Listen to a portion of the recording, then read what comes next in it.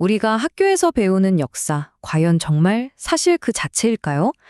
특정 땅에서 일어난 일들은 오늘날 그 땅을 차지한 나라의 역사가 되는 게 당연한 걸까요? 사실 우리가 배우는 역사는 대부분 후세 사람들이 과거를 돌아보면서 자신들의 관점에 맞게 새로 짜맞춘 이야기일 때가 많습니다. 오늘 이 자료 분석에서는 바로 그 점을 파고들어 우리가 당연하게 여겼던 역사의 주인이 과연 누구인지 한번 알아보겠습니다. 자, 그럼 바로 이 질문으로 한번 시작해보죠.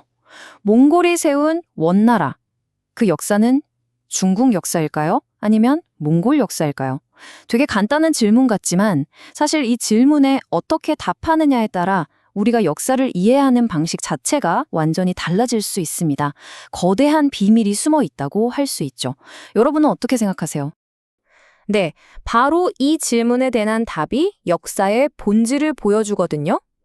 역사는 과거에 있었던 객관적인 사실 그 자체가 아니라 후세 사람들이 과거를 해석하면서 새로 만들어낸 이야기라는 겁니다. 지금부터 그 구조가 어떻게 만들어지는지 한번 자세히 들여다보겠습니다. 자, 여기 보세요. 이 그림이 그 역설을 아주 명확하게 보여주죠.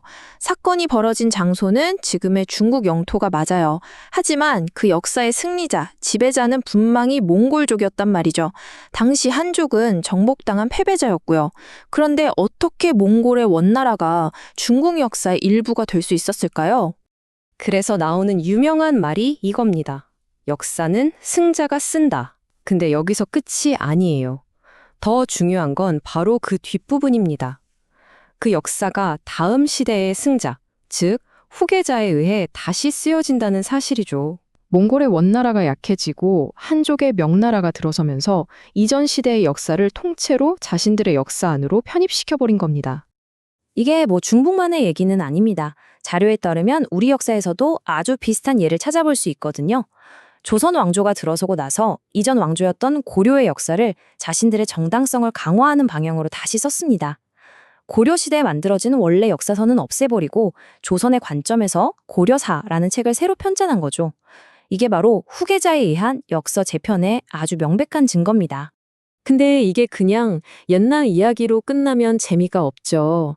사실 이런 역사 다시 쓰기는 지금 바로 오늘날에도 국가의 미래를 위해 사용되는 아주 강력한 정치적 도구로 활용되고 있습니다.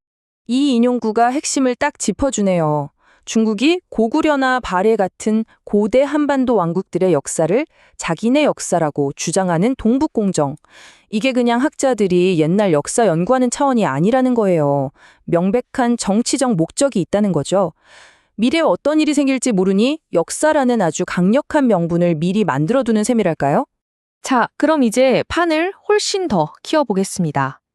개별 왕조 얘기가 아니라 우리가 그냥 중국이라고 부르는 이 거대한 역사 이야기 자체를 한번 흔들어 보면 어떨까요? 이거 정말 흥미로운 사실인데요. 우리가 너무나 당연하게 쓰는 중국이라는 단어 있잖아요. 이 자료에 따르면 이게 처음부터 나라 이름이 아니었대요. 그냥 수도나 중심이 되는 땅 정도를 의미하는 지역 이름이었다는 거죠.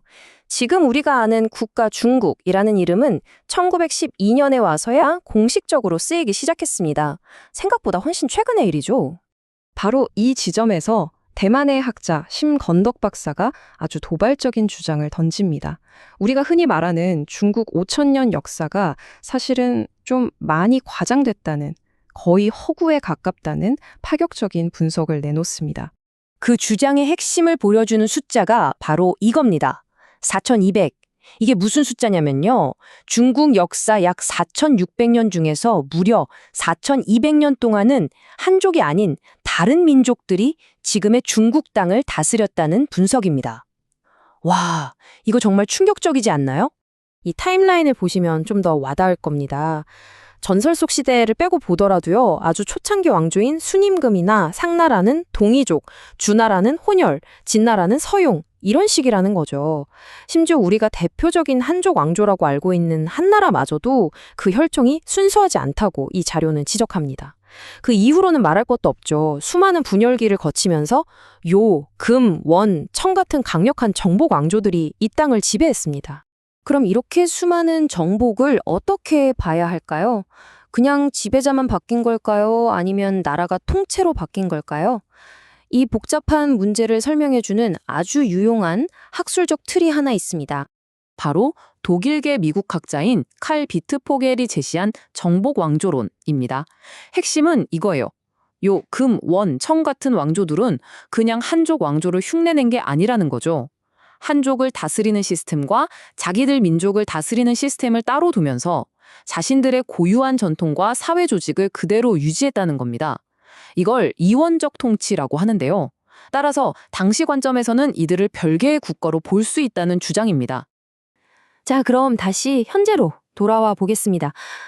아니, 그래서 수천 년 전 왕조가 누구의 역사인지가 21세기를 사는 우리랑 도대체 무슨 상관이냐? 이렇게 생각하실 수도 있겠죠?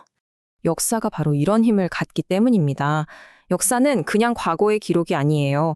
지금 우리의 정체성을 만들고 국가의 정치적 행동을 정당화하고 심지어 영토 문제나 외교 정책에까지 영향을 미칩니다.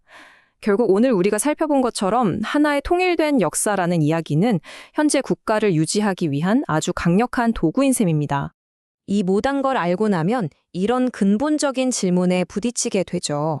우리가 배우는 역사가 후세 사람들이 각색한 이야기라면 도대체 진짜 역사라는 게 존재하기는 하는 걸까요? 어쩌면 그 해답은 이 문장에 있을지도 모릅니다. 특정 세력의 의도나 정치적인 목적에 따라 꾸미거나 예쁘게 포장하지 않은 그냥 있는 그대로의 사실을 기록하려는 노력. 그것이야말로 우리가 추구해야 할 진정한 역사가 아닐까요? 그리고 그럴 때만이 우리는 비로소 진실에 조금이라도 더 다가갈 수 있을 겁니다. 자, 여러분이 알고 있는 역사는 과연 누구의 이야기입니까?